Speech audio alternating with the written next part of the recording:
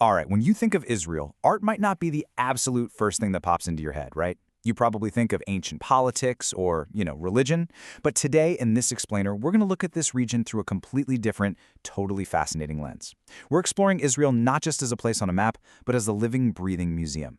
It's a place that acts like a massive bridge, connecting literally thousands of years of human creative tradition in one incredibly dense, vibrant space.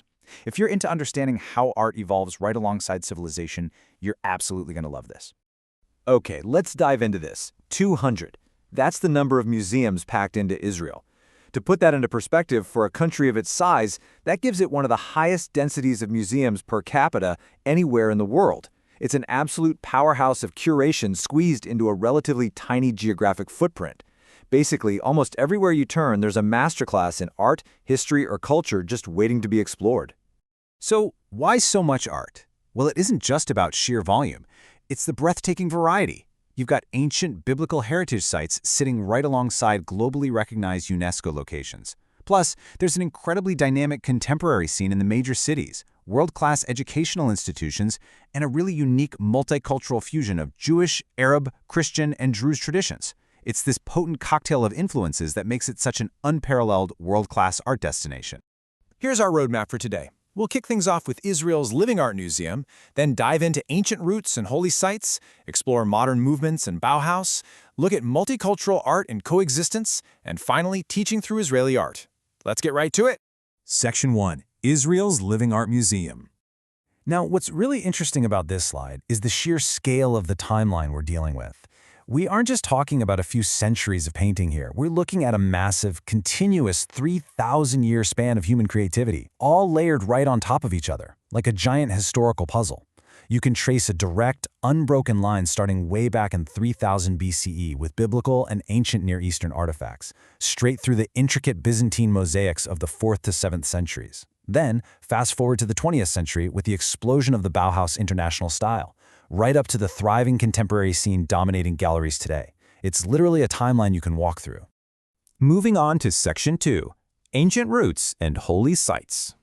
Before we can really appreciate the modern canvases of a place like Tel Aviv, we've got to travel back to the deep past, to the historical bedrock that formed the region's earliest artistic identities. And honestly, nowhere is this deep past more concentrated than in the old city of Jerusalem. Imagine what it's like for an art historian to take a simple 10-minute walk here and visually trace millennia of human devotion. I mean, within just a few narrow streets, you can examine extraordinary preserved Byzantine mosaics, step over to breathtaking Islamic tilework at the Dome of the Rock, marvel at imposing Crusader stonework, and witness centuries-old Jewish ceremonial art at the Western Wall. It's just an unparalleled opportunity to study how different ancient cultures express their highest ideals through architecture and design, all existing side by side.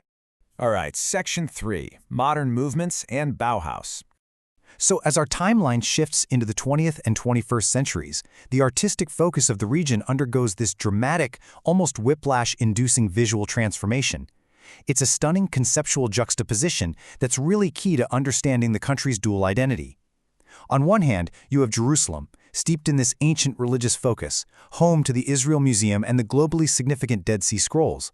But then, just an hour down the road, you've got Tel Aviv, a city defined by a fiercely modern, contemporary architectural focus, spearheaded by places like the Tel Aviv Museum of Art. And when we talk about Tel Aviv's modern focus, the UNESCO White city is a total revelation. Imagine a cityscape boasting over 4,000 Bauhaus buildings, all constructed in the international style between the 1930s and 1950s. Actually, the reason for this incredible concentration is fascinating. There was a massive influx of European architects fleeing the continent in the 1930s. They brought these utopian, functionalist design ideals with them, effectively transforming the sandy dunes of early Tel Aviv into a sprawling, living laboratory for modern architecture. It's an absolute masterpiece of urban planning for sure, and a dream destination for anyone studying the history of design.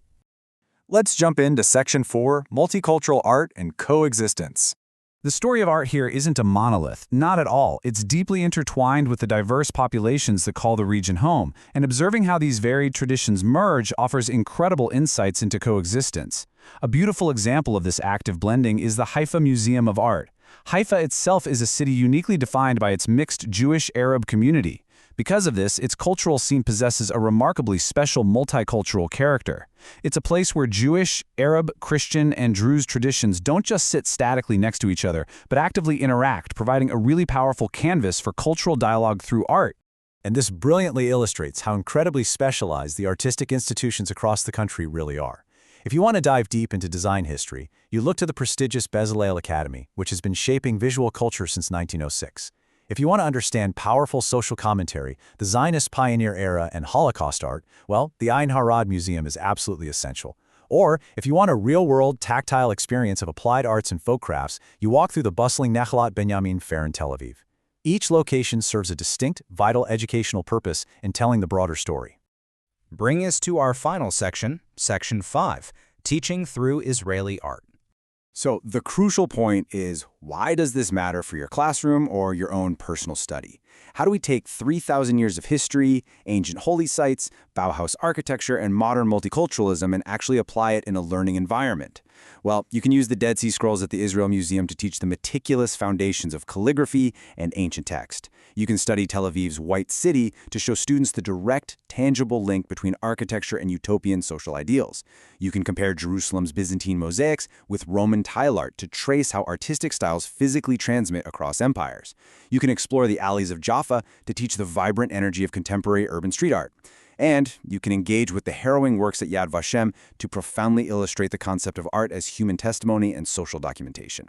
All of this really forces us to ask, when ancient history and vibrant modernity meet on every canvas, how does it change the way we define and teach art?